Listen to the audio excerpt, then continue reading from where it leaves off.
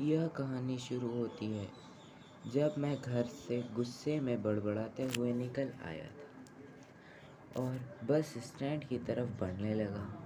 मैं मन ही मन बड़बड़ा रहा था, पता नहीं कितने पैसे छुपा के रखे हैं, लेकिन मेरे लिए एक बाइक नहीं ले सकते। अब मैं यहाँ से चला जाऊँगा और तब तक वापस नहीं आऊँगा जब तक मैं खुद के पैसों से बाइक नहीं ले लेता। ये मेरी सबसे बड़ी गलती। बस इतना सोच ही रहा था, तभी मुझे कुछ चुभने का एहसास हुआ। नीचे देखा तो समझ आया, जल्दबाजी में पापा के जूते पहन आए। उन जूतों में कील सोच ही रहा था जो मेरे पैर में बार बार घाव किए जा रही थी।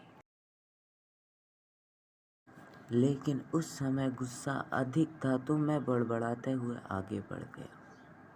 एकाएक मुझे याद आया, मैं पापा का पर्स भी साथ ले आया हूँ। दिमाग में ख़याल आया, क्यों ना आज पापा का पर्स चेक किया जाए, जिससे आज तक उन्होंने किसी को हाथ तक नहीं लगाने दिया था। पता नहीं कौन सा खजाना छुपा रखा है इसमें पर्स में।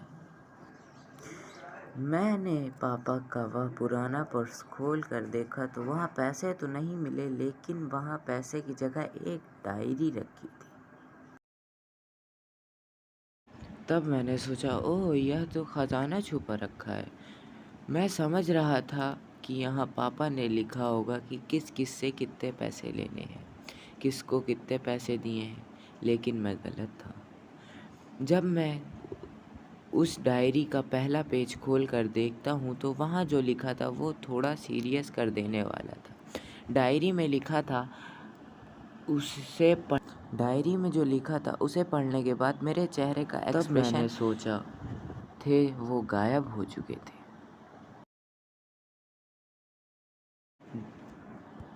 क्योंकि डायरी में वैसा कुछ नहीं था जैसा मैं सोच रहा था।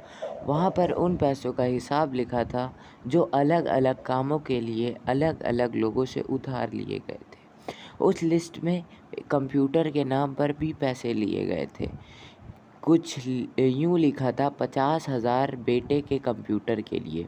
यह वही कंप्यूटर था जिसे मैं आज तक यूज़ कर रहा हूँ, लेकिन मुझे यह नहीं पता था उस कंप्यूटर को ख़रीदने के लिए पैसे कहाँ से आए थे, लेकिन आज पता चल गया था। मुझे आज भी याद है जब मैंने पहली बार कैमरे के लिए ज़िद की थी, जो मेरे पापा ने मुझे 2 हफ्ते बाद मेरे बर्थडे पर गिफ्ट दिया था, जिसे देखकर मैं बहुत खुश था। और मुझे खुश देखकर मुझसे कहीं ज़्यादा अगर कोई खुश था तो वो मेरे पापा थे। अब मेरे चेहरे से गुस्सा एकदम गायब हो चुका था। जब मैंने आगे का पन्ना पलटा तो वहाँ कुछ विशेष इच्छाएं लिखी हुई थी। पहली जो लिस्ट थी उसमें लिखा हुआ था अच्छे जूते पहनना। यह बात मेरे कुछ समझ नहीं आई। तभी मेरे पाँव में अचानक सड़क पर भरे हुए पानी पर जा पड़ा। तभी मेरा पाँव गीले होने का एहसास। मैंने जूता उतार कर देखा तो उसका तला टूटा हुआ था। यह देखकर मुझे डायरी की बात याद आ गई। तभी मुझे माँ पापा की कही बात याद आ गई थी कि कैसे माँ जब कहा करती थी पापा से, अब तो जूते पुराने हो गए हैं, नए ले लीजिए, तो पापा अक्सर यही कहकर टाल दिया करते थे, जूते अभी और चलेंगे, कुछ दिन पहले ही तो लिए थे। मुझे आज समझ आ रहा था कि कितने दिन और चलेंगे। साथ साथ यह भी समझ आ रहा था कि पापा पर्स क्यों छुपा कर रखते थे। तभी उस डायरी को पढ़ते हुए बस स्टैंड पर पड़ी बेंच पर आकर बैठ गया। अब उस डायरी की आखिरी पन्ना बचा हुआ था। उस पन्ने में को जब मैंने पलट कर देखा तो वहाँ कल की डेट लिखी हुई थी। तारीख के नीचे लिखा हुआ था 50,000 बाइक के लिए। बस इतना पढ़ा और दिमाग सन्न रह गया। अब मेरे मन में कोई शंका, गिला नहीं बचा था। आंखों से आंसू चल रहे। मैं ज़ोर से भागा, लेकिन जूते की वह कील पाँव में अब तक घाव बनाने में कामयाब हो चुकी थी। मैं जूते को रास्ते में ही निकाल कर फेंक दिया और भागते लड़खड़ाते हुए घर जा पहुंचा। लेकिन पापा घर पर नहीं थे। मैं समझ गया वह कहाँ थे। मैं सीधा पास वाली गली से एजेंसी की तरफ भागा। पता नहीं आज कहाँ से इतनी ताकत आ गई थी कि भागने की लगा मैं।